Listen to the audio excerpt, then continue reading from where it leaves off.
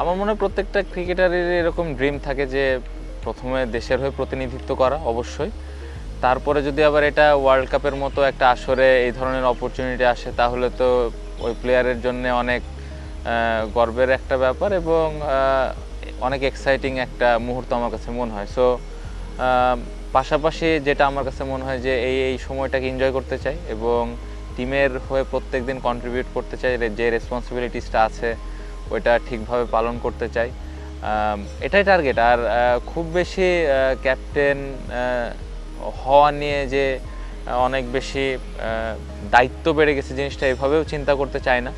প্রত্যেকটা সময় এনজয় করতে চাই এবং প্রত্যেকটা দিন টিমকে যেন কিছু একটা দিতে পারি, এটাই মূল লক্ষ্য থাকবে আর কি। এটা অনেক বড় একটা প্লাস পয়েন্ট আমার কাছে মনে হয় এই ধরনের এক্সপিরিয়েন্স ক্রিকেটার যখন টিমে থাকে, স্পেশালি যারা ইয়াং ক্রিকেটার আছে, যাদের অনেক প্লেয়ার আছে প্রথম টি-20 বিশ্বকাপ খেলবেন, সো তাদের জন্য অনেক অনুপ্রেরণা দেবে আমার কাছে মনে হয় এবং তাদের কাছ থেকে অনেক কিছু শেখার আছে।